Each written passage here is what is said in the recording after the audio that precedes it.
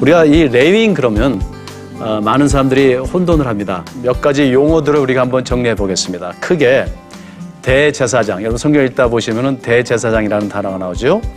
두 번째는 또 제사장, 그냥 제사장이라고 얘기하죠. 어느 때는 그냥 레위인들 이렇게 이야기합니다. 대제사장은요, 이스라엘의 12그 지파 모든 성직자들을 대표하는 사람이고요. 또 제사장들을 대제사장이 감독하고 또 모든 백성의 죄를 대속해서 1년에 한 번씩 지성소로 들어가는 사람이 바로 대제사장입니다. 제단을 중심으로 사역하는 자들을 제사장이라고 합니다. 이 나머지 레위인들은 무슨 일을 하는가? 성막 관리 일을 합니다. 성막을 세우고 치고 또 이고 운반해야 합니다. 그리고 이 레위인들은 이 일을 하면서 정말 힘들고 고된 일이었습니다. 그러나 동시에 그들은 모든 지파들을 하나님께로 중보하는 귀한 소명을 얻게 된 것입니다.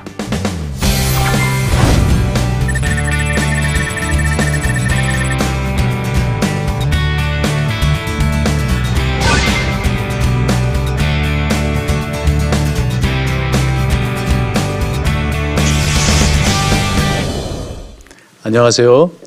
아시아연합신학대학교에서 구약학 교수로 섬기고 있는 이한용입니다. 지난 두 강의에서는 하나님께서 광야로 향하기 전에 사람을 세우고 그리고 레위인들을 세우는 이야기들을 우리가 나누었습니다.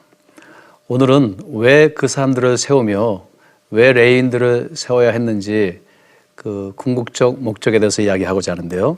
그것은 그 진영을 정결케 하기 위함이고 거룩하게 하기 위함입니다. 오늘의 주제는 정결과 거룩입니다. 많은 구약학자들은 오경을 구약의 복음서라고 이야기합니다. 그리고 그 복음의 핵심을 출애굽기 19장 1절에서 6절의 말씀으로 이해하고 있습니다. 그 출애굽기 19장 1절에서 6절의 말씀의 내용은 하나님께서 이스라엘을 애굽에서 출애굽시키시고 온 세계가 하나님께 속했다. 즉 하나님께서 창조하시고 모든 것이 하나님의 소유이다.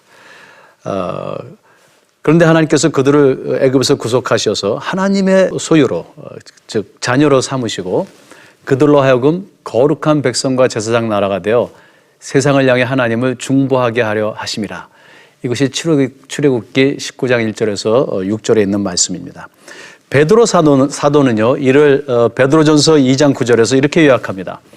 너희는 택하신 족속이요 왕 같은 제사장들이요 거룩한 나라요 그의 소유된 백성이니 이는 너희를 어두운 데서 불러내어 그의 기이한 빛에 들어가게 하시니에 아름다운 덕을 선포하게 하려 하심이니라.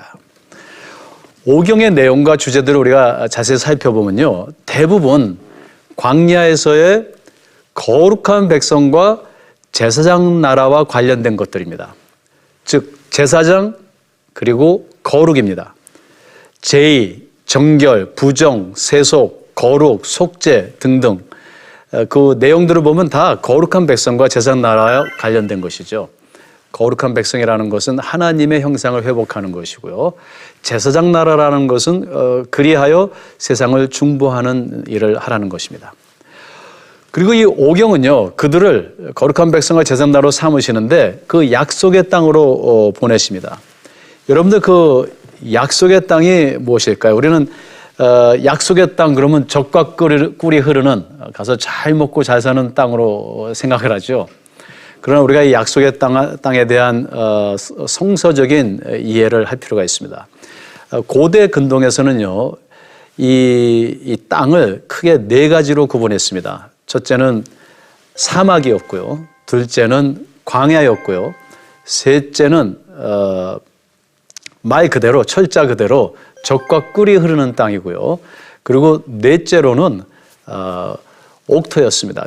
즉 밭을 이룰 수 있는 땅이죠. 자, 여기서 젖과 꿀이 흐르는 땅이라는 것은 무슨 땅이냐면요, 보통 이렇게 언덕이나 산지대를 이야기하는데요.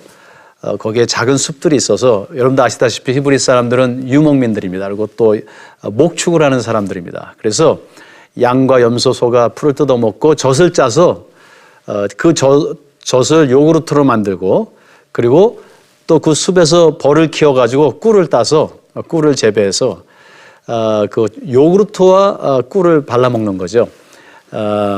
젖과 꿀이 흐르는 땅이라는 것은요, 옥토라는 의미가 아니고요, 그 어떤 특정한 땅을 이야기하는 것입니다. 자, 여러분들 그 신명기 11장 9절에서 12절 또 민수기에 쭉 보면요, 이스라엘 사람들이 모세에게 항의를 하죠. 당신이 우리를 이 광야에 끌고 와가지고 우리로 하여금 젖과 꿀이 흐르는 땅에서 우리를 꺼내내가지고 애굽에서처럼 농사도 질 수 없는 땅,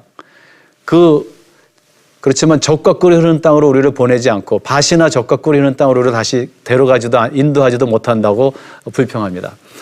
여러분들, 그들이 젖과 꿀이 흐르는 땅에서 나왔다고 하는데 거기가 어디입니까? 이집트입니다. 이집트에서 이스라엘 야곱이 또 요셉이 바로에게 이야기하죠. 우리 가족들은 원래 목축을 하는 사람들입니다. 그러니까 애굽 사람들은 목축하는 사람들을 아주 무시했거든요. 그래서 준 땅이 어디입니까? 고센 땅입니다. 고센은 목축을 할 수 있는 땅이에요. 그래서 그 땅을 젖과 꿀이 흐르는 땅이라고 그랬어요. 나일강을 따라서는 옥토이고 밭을 이룰 수 있는 땅입니다. 그죠? 그러니까 우리를 젖과 꿀이 흐르는 땅에서 불러가지고 이 광야에서 우리를 죽게 합니까? 이렇게 얘기하는 겁니다. 또 우리를 밭과 젖과 꿀이 흐르는 땅으로 인도하지 아니하십니까? 이렇게 항의합니다. 그죠? 여러분들 가나안에 가보면요, 물론 그 가나안 정탐꾼들이 큰 과일을 메고 왔죠. 거기는 에스겔 골짜기입니다. 거기는 과실을 맺을 수 있는 곳이었어요. 그렇지만 더 들어가면은 거기는 젖과 꿀이 흐르는 땅인데 신명기 11장 9절에서 12절에 보면 하나님께서 이렇게 말씀하십니다. 그 땅은 애굽에서처럼 농경할 수 있는 땅이 아니다. 그리고 그 땅은 비를 소모하는 땅이다. 좋지 않은 땅이라는 것이에요. 그러니까 우리가 젖과 꿀이 흐르는 땅을 은유적으로만 생각하면 안 됩니다. 문학적으로. 젖과 꿀이 흐르는 땅은 그 땅의 지지를 얘기하는 것이에요. 소와 양과 목축을 할 수 있는 땅이에요. 그죠? 자, 그런데 이사야서 5장에 보면 하나님께서 이렇게 저주하십니다. 이스라엘아 화 있을진저, 어떻게 저주하시냐면 10장에서 너희가 이제 더 이상 이 땅에서 농사를 짓지 아니하고 이 땅에서 쫓겨나서 젖과 꿀을 먹을 것이다. 여러분, 젖과 꿀을 먹는 말은 뭐예요? 저주예요. 더 이상 농사를 지을 수 없고 다시 유목민으로 돌아갈 것이다. 그런 의미를 내포하는 것이죠. 자, 그러니까요, 우리가 약속의 땅 할 때 우리는 보통 약속의 땅 그러면은 뭔가 광야에서 고생하다가 약속의 땅에 들어가서 편히 잘 먹고 잘 사는 땅으로 생각하는데 하나님께서는 분명히 이렇게 말씀하셨습니다. 모든 것이 내게 속하였다. 그리고 그 땅을 분배할 때요, 누구에게 많이 주고 적게 준 게 아닙니다. 숫자대로 줬어요. 각 개인으로 얘기하자면 각 개인이 차지하는 땅이 똑같습니다. 그리고 희년과 안식년 제도를 통해서 그 땅을 영구적으로 소유하지 못하게 하셨습니다. 그 약속의 땅이라는 것은 소유하는 땅이 아니고요, 그곳에 가서 그 땅 위에 거룩한 백성과 제사장 나라를 세우는 땅입니다. 그러니까 초점은 어디에 있냐면은 하나님의 거룩한 백성과 제사장 나라를 세우는 것이에요. 거룩하다라는 것은 하나님의 거룩하신 그 하나님의 형상을 다시 우리 안에서 회복하는 것이고, 그러한 거룩한 삶을 통해서 그 땅에서 우상을 타파하고 열방을 하나님께로 중보하는 제사장 나라가 되라는 것이죠. 근데 오늘날 우리는 어떻게 생각합니까? 우리는 기복신앙에 빠져 있어요. 기복신앙은 뭡니까? 그 땅에서의 위에 거룩한 백성과 제사장 나라가 목적이 아니라 그 땅이 목적이 되는 것입니다. 이게 기복신앙이죠. 그 땅에서의 거룩한 생활은 다 잊어버리고 그 땅만 소유하려는, 그거는 기복신앙이죠.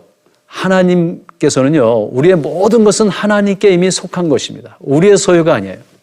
우리의 초점은 거룩한 백성과 제사장 나라가 되는 것입니다.